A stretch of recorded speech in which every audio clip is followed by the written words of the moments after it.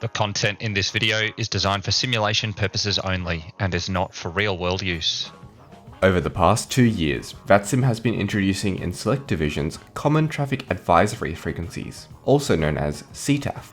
CTAF replaces the Single Advisory Frequency, formerly known as Unicom, where pilots outside ATC coverage would broadcast intentions and coordinate operations.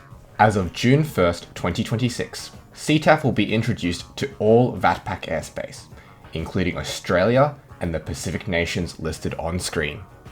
A CTAF is a single discrete frequency used by all aircraft at a particular aerodrome or at a particular location. Pilots broadcast their position and intentions to all other frequency users so that each may build a mental picture of the surrounding traffic. When a conflict is identified by pilots, they are expected to use the CTAF to communicate this and enact a plan to avoid the risk of a collision. When in the vicinity of an uncontrolled aerodrome, its CTAF frequency should be used. In other uncontrolled airspace situations, such as en route without a center on line, continue using the 122.8 advisory frequency. Pilots should monitor and broadcast on the CTAF when operating within the vicinity of an uncontrolled aerodrome. This is a variable volume of airspace surrounding the aerodrome, which is largely dependent on aircraft performance and the intended operations of each pilot. As a general rule, pilots should broadcast on the frequency when within roughly 5 to 8 minutes laterally, and when intending to operate in the airspace from the surface to roughly 5,000 feet above ground level. In practice, this translates to a 10 nautical mile radius for small piston aircraft like Cessna 172s and Piper Cherokees, and up to a 30 nautical mile radius for high performance aircraft like turboprops and jets. Where it is known that high performance aircraft are operating into or out of an aerodrome, it may be beneficial for surrounding aircraft to monitor the CTAF, even when operating outside of these radii. Whilst radio setup is generally left to pilot preference, a common technique is to set the area frequency on COM1 and the CTAF on COM2. For IFR aircraft, the area frequency is whatever ATC frequency you've been directed to maintain contact with. All normal radio calls with air traffic control, including IFR taxi, departure and arrival calls, must continue to be made with the relevant ATS unit. CTAF calls are made in addition to these calls for the situational awareness of surrounding airspace users. Pilots departing an aerodrome are encouraged to make a CTAF broadcast when they are taxiing for departure. Dubbo traffic, Cessna 182 Charlie Sierra Alpha, taxiing to runway 05, Dubbo. Entering the runway.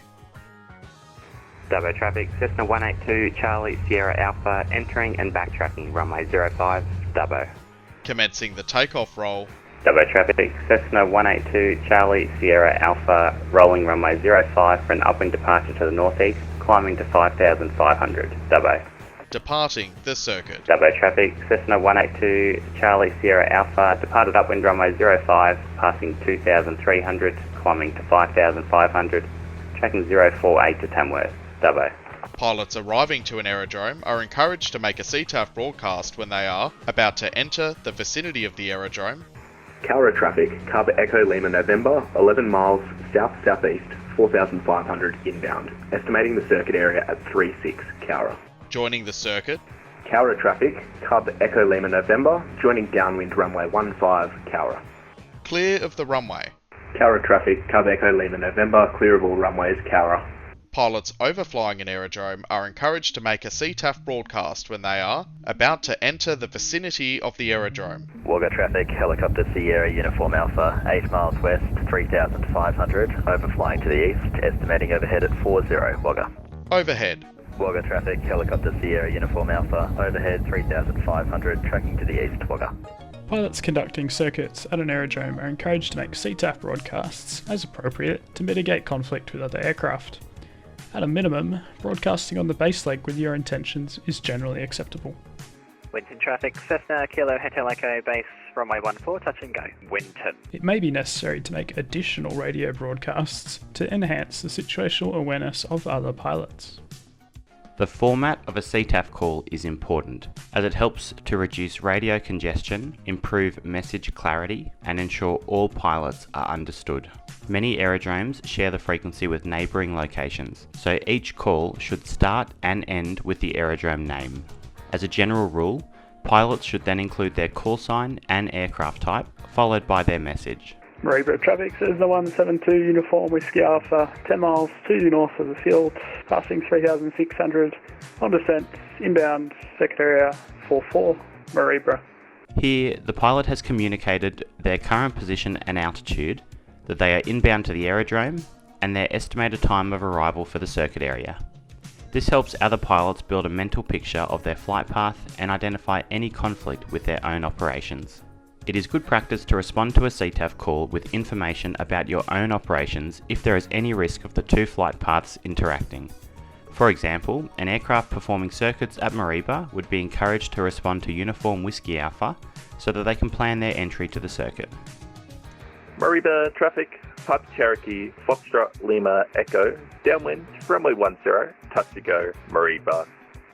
Foxtrot Lima Echo Uniform Whiskey Alpha, I'm 8 miles north, intending to join downwind runway 10 at 44.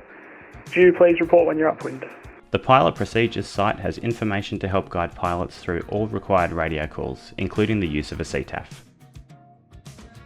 The CTAF for each aerodrome can be found by referencing its appropriate IRSA entry or reviewing its aerodrome chart.